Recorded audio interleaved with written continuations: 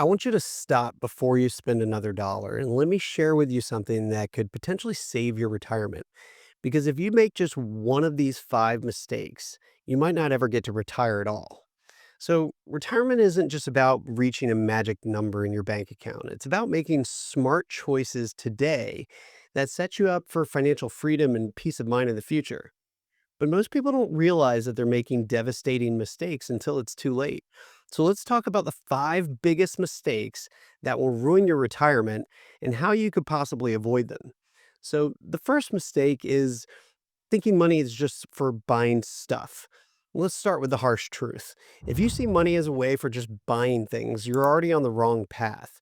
A gentleman named Thomas J. Stanley, author of The Millionaire Next Door, found that wealthy people don't splurge on fancy cars or massive houses. Instead, they live below their means. Why? Because financial security isn't just about how much you make, it's about how much you keep. The mistake?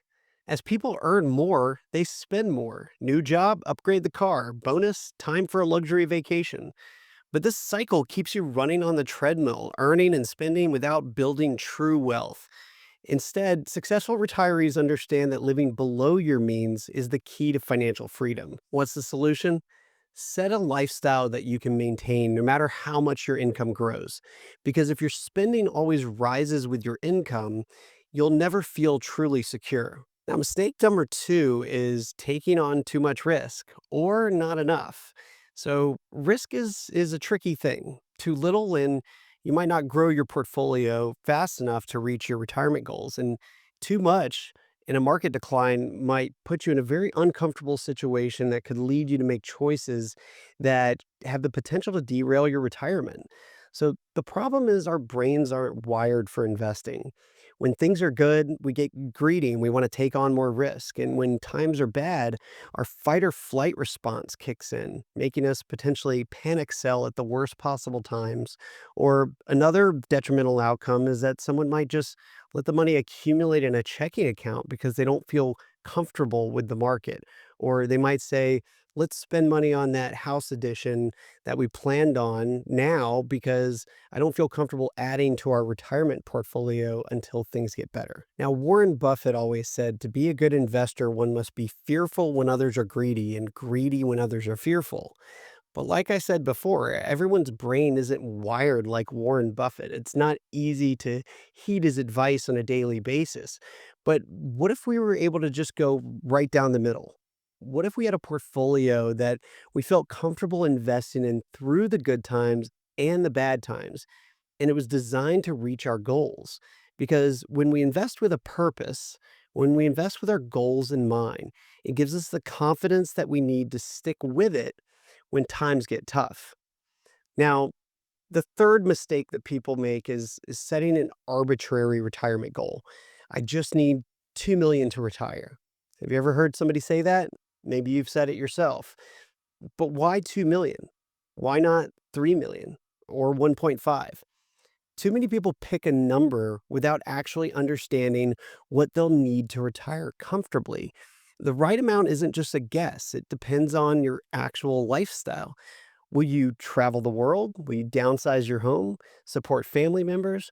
Maybe you want to retire and live in Costa Rica for the rest of your life. Your retirement savings should reflect your life, not some random number. And my practice, Paces Ferry Wealth Advisors, we work with people every day to determine what their ideal future looks like and what they need to do today, how much they need to save, and how that money should be invested in order to help them reach their goals in the future. Now, the fourth mistake people make is ignoring the need to make adjustments to their investment portfolio as it grows.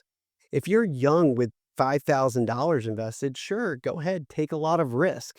It's not really going to change your life if you lose 50%, right? But if you're young and you already have $1 million saved, a 50% drop isn't just numbers on a screen, it's your hard earned money. And if you lose 50%, you have to make 100% just to get back to even. So, smart investors adjust their risk based on their actual financial situation and their financial plan, not just their age. So, you should know your limits and have a financial plan. And it's typically not a good idea to take on more risk than you need to take in order to hit your goals. Because remember, anytime you take risk, there's a risk of losing money too. The fifth mistake people make is relying on their investment portfolio instead of saving. So some people think that investing is the only thing that matters. They assume that if they just pick the right stocks, their portfolio will do all the work for them. And that's a big mistake. When you're in your 30s, your yearly savings might be 30 to 50% of your portfolio value. In your 40s, maybe even 20 to 40%. And in your 50s, you're probably still contributing 10 to 20% of your investment portfolio value a year just through savings. That means that the act of saving is just as important, if not more, than the returns you get from investing. So if you have $1 million and you're 50 years old, well, there's a possibility you're saving $100,000 a year. And if you're doing so, that's 10% of your portfolio value. So that's pretty powerful. So, what can you do? Save aggressively and invest wisely and stop overthinking it. When you focus on consistent saving, you won't stress over market timing. Got a bonus? Add it to your investments and move on with your life. So, retirement isn't about luck, it's about choices. And if you can avoid these five mistakes, you'll potentially set yourself up for a better financial future and, more importantly, peace of mind. And if you want to make sure you're on the right track, we have some financial planning case studies that'll pop up on your screen, and you may be able to find some parallels with your own situation. If you've enjoyed this video, please go ahead and subscribe so you can be notified of more videos in the future, and give us the thumbs up. Thanks for watching.